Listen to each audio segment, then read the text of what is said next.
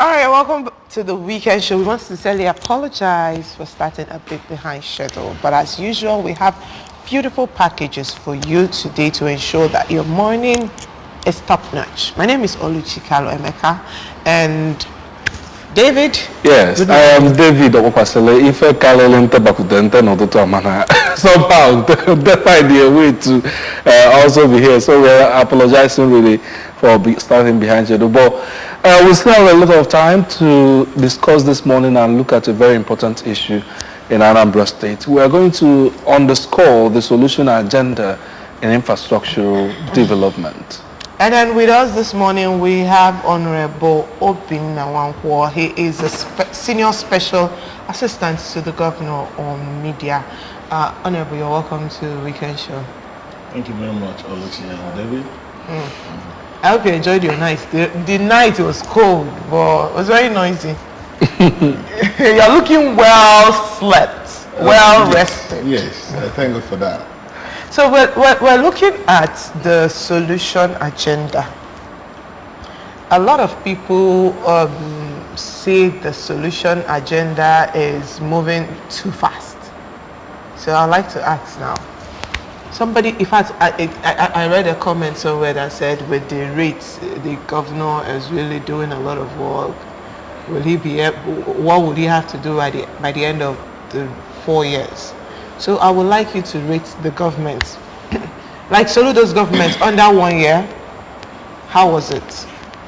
Well, the speed is so amazing, so wonderful, because, you know, I think since I've been in Anambra State politics as young as I was then in 2005, yes, at least I've spent up to 18 years actively in Anambra State politics. I have never seen a governor who seems to be more committed, who is seen actually to be more committed in governance. He's so committed that maybe the speed with which things are moving is because of that, his passion and commitment. So I rate the government so wonderfully well. I think I give them excellent.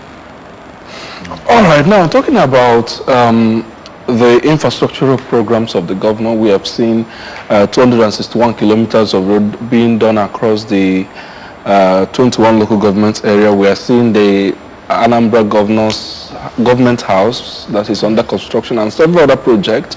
Recently, the governor wrote on his personal Facebook page, he talked about the connecting Oka to the southern part of Anambra through Ufuma and the road that is going on there. Let us understand the mindset, the vision behind this infrastructure, his policies in infrastructure, basically. Well, as you can see, Professor Chukwumacha Soludo, I don't know, because he is a research-oriented fellow.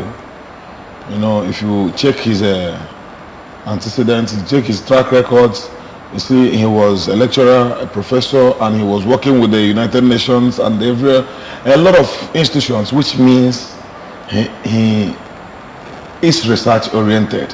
When we were going for the campaigns, I remember what happened. Sometimes, in fact, all the time, whenever he meets the stakeholders of a community and asks them, okay, what is your problem?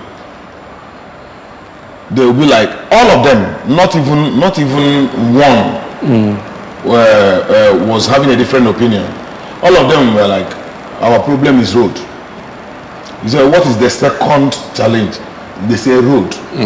Okay, what is now the third challenge? They say road. So Prof was actually noting those things. And I want to tell you that one day I went to a mechanic, as in the people that repair a car. I was interacting with him. He now told me, Oga, we don't have anything to gain from the government. We don't know the direction the government is going or the direction it is not going. All we want is to be able to come to our workshop through good roads. Now, the governor came in and declared a state of emergency on the road infrastructure in the state. Before now, and even now, I still believe Anambra has the best road network, road interconnectivity. But when Prof was coming, when he was going around for his campaigns, you find out that the roads were in a mess. Anambra roads were nothing to write home about. Everybody was complaining. Everybody, including, in fact, to an extent, including me, I was in the government. Yes. Why was it like that? You find out that some people, some of the governors who came in before his predecessors, some of them actually came in and did the much they could do. But you find out that sometimes maybe dishonesty in governance made them construct, not by them, maybe by their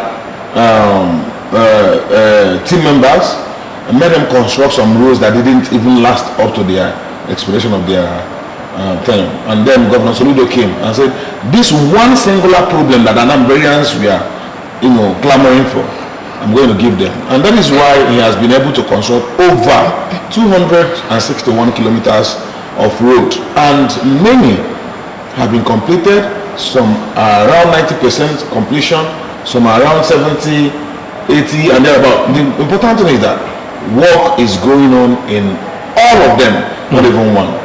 As a matter of fact, you can't believe that in Anambra State, there was a local government which never had any access road. You can't access the secretariat in almighty Anambra State. That is Anambra West. Yes, but today, the governor has provided access road. They are on it. Very soon it will be completed. You see, he has another vision of connecting Anambra to Kogi so that it will make the trip to Abuja very, very, very, very short. Because it's in the section 2 of that Miata Nam Kogi road now, he has done that. Now coming back to the one you're talking about, you see, when he was doing Vision 2070, he talked about connecting the 3 senatorial districts of Anambra State in one lane. No, it was not going to be entirely possible without disrupting a lot of things. Maybe that's why he said his government is a disruptive government. But he has done it. How? You can see that people who are coming from Orumba South, Orumba North, can take through Ufuma Awa, Amansi, Ndukwenu, bust out to Amansi, which is Anambra Central, enter through Ebenebe and get to Anambra North. So this has already started allowing for free movement of goods and services. Farm produce are being brought out. So it is a wonderful one he did. It is very remarkable, and I know that posterity will remember him for doing such a wonderful job. Okay, you said from most of what you said road was top notch, on top of the priority list. But I'd like to know which other infrastructure apart from road has the governor been working on, or did he, or does he plan to work on?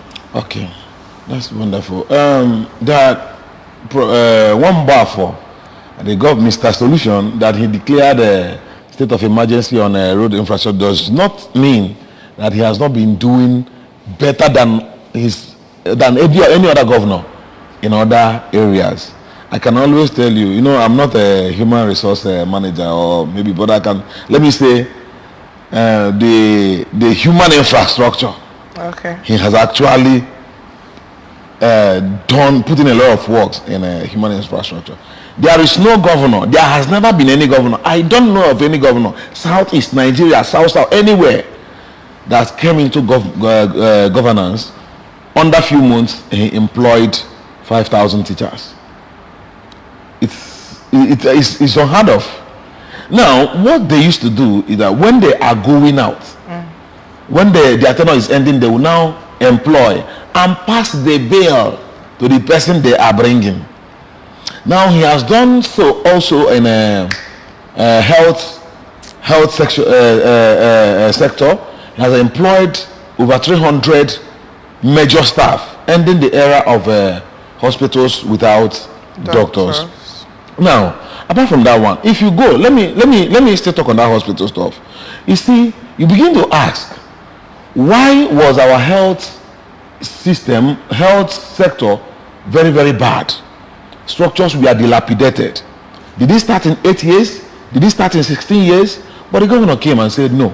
As I'm ending the era of hospitals without doctor, I am going to do the infrastructures. Now, the Ekulobia General Hospital, in fact, how I wish I would have come with the pictures, because I go around and take pictures of all these things and know the stage of completion they are in, you know. Then that of Ekulobia, that of Umweri, that of Enugu, the governor, if you see what the governor is doing there, infrastructure wise, and then with the equipments that are going to land in that place, you see, he is a very, very serious person. It's not only, you know, when they say road, our governor did something that people don't already know, that he has created a massive source of revenue, or do they call it GDP, for Anambra State in the next 4, 5, 6 years. Now he came in, and he said, okay, the crude oil is rising, and originally we weren't in an oil producing state. But by the grace of God, when he came in, and you know, through the efforts of people who were before him and everything, and then he was able to, Anambra State now came into oil producing state. But before then, and even the money is not coming, because you know the economy of the world and what is happening in the oil sector, the revenue, what do they call it, allocation from Abuja has been very, very, very, very poor. I could remember for some months, nothing was remitted from NNPC to the federal account, federation account. So he said, okay, are we going to continue like this? Are we not going to find a solution to, you know, at least alternative B of it? He said, okay, let's go into agriculture. He remembered Malaysia came to Nigeria and Ghana and borrowed palm seedlings. Now, went to Malaysia today. Malaysia, who had over 60% poverty rate percentage, was now is less than 5%. Less than 5% in their poverty ratio. You understand? Now, that thing that Malaysia did, copying it from us, he said, okay, fine, we are going to go into palm oil, palm fruit economy, palm economy, you know. So Anambra State, he has distributed massively, so as in too many palm seedlings to people, everybody in the village. Like me, I went and supervised the one in my village, you know, with the councillor and every other person. It was planted. I know, as it was said, the palms are going to start yielding in the next 4, 5 years.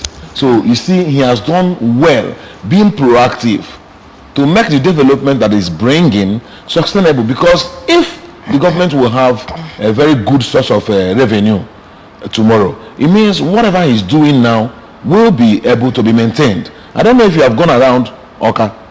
You see, it's not just constructing road. The quality of road, for the first time in many years, I don't know if it has ever happened, but let me just say in many years, you see roads, you see pedestrian. They are constructing pedestrian. So the issue of he hit me, I was trying to go like this, he came like this, and other things. He has killed it already, reducing the accident percentage in the state already by doing that. Okay, because of time, in 30 seconds, tell us what we should expect maybe before the end of this year.